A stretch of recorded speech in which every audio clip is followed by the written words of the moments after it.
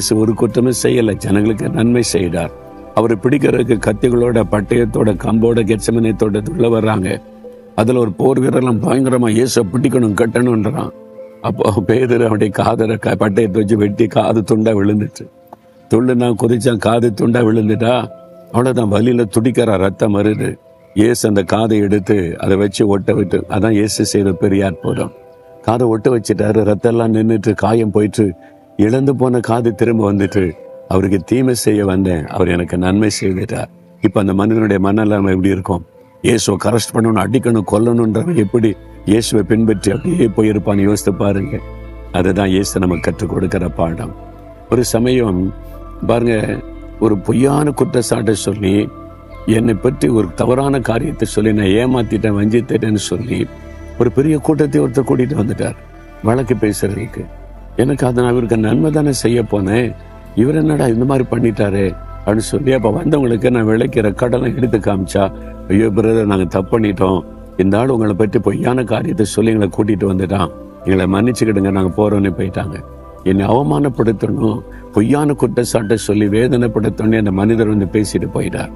இப்போ அந்த சகோதரனுக்கு ஒரு என்ன தோன்றும், நான் அவருக்கு என்ன தப்பு பண்ணேன், நன்மை தானே செய்யறேன், ஏன் என்னை பற்றி அபாண்டமான பழி சுமத்தி தீமையை கொண்டு வந்தாரு, ஏன் எனக்கு ஒரு தீமை செய்யணும்? அப்ப ஆண்டவர் சொன்னார், மகனே, தீமை செய்யறதுக்கு நன்மை செய். இயேசு சொன்ன வார்த்தை என் உள்ளத்திலே துணிக்க ஆரம்பித்தது.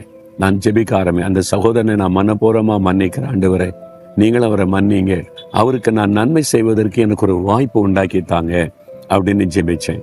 எனக்கு தீமை செய்கிறார், நான் அவருக்கு நன்மை செய்ய விரும்புறேன், நீங்க சொன்ன வசனத்தின்படி எனக்கு ஒரு வாய்ப்பை உண்டாக்கி தாங்கன்னு ஜெபம் பண்ணினேன். சில காலங்கள் கழிந்தது. அவர் எல்லாத்தையும் இழந்து சாப்பாட்டுக்கு வழி இல்லாமல் கஷ்டப்படுவதை நான் கேள்விப்பட்ட போது ஒரு நண்பர் மூலமாய் அவரை வரவழைத்து அவருக்கு தேவையான உதவிகளை செய்யறோம். ஒண்ணு கலங்காதங்க, உங்களுக்கு ஒரு நல்ல வாழ்க்கை வருமானம் வரும் வரைக்கும் நான் உதவி செய்யறேன். என்ன குடும்பத்துல சாப்பாட்டுக்கே வழி இல்லை, அப்ப ஆண்டவர் அவரை தண்டிச்சுட்டார், எனக்கு அயுத்தம் பண்ணிட்டார் அப்படின்னு நான் சந்தோஷப்படலை. அவருக்கு உதவி செய்கிற வாய்ப்பை கர்த்தர் எனக்கு தந்திருக்கிறார்.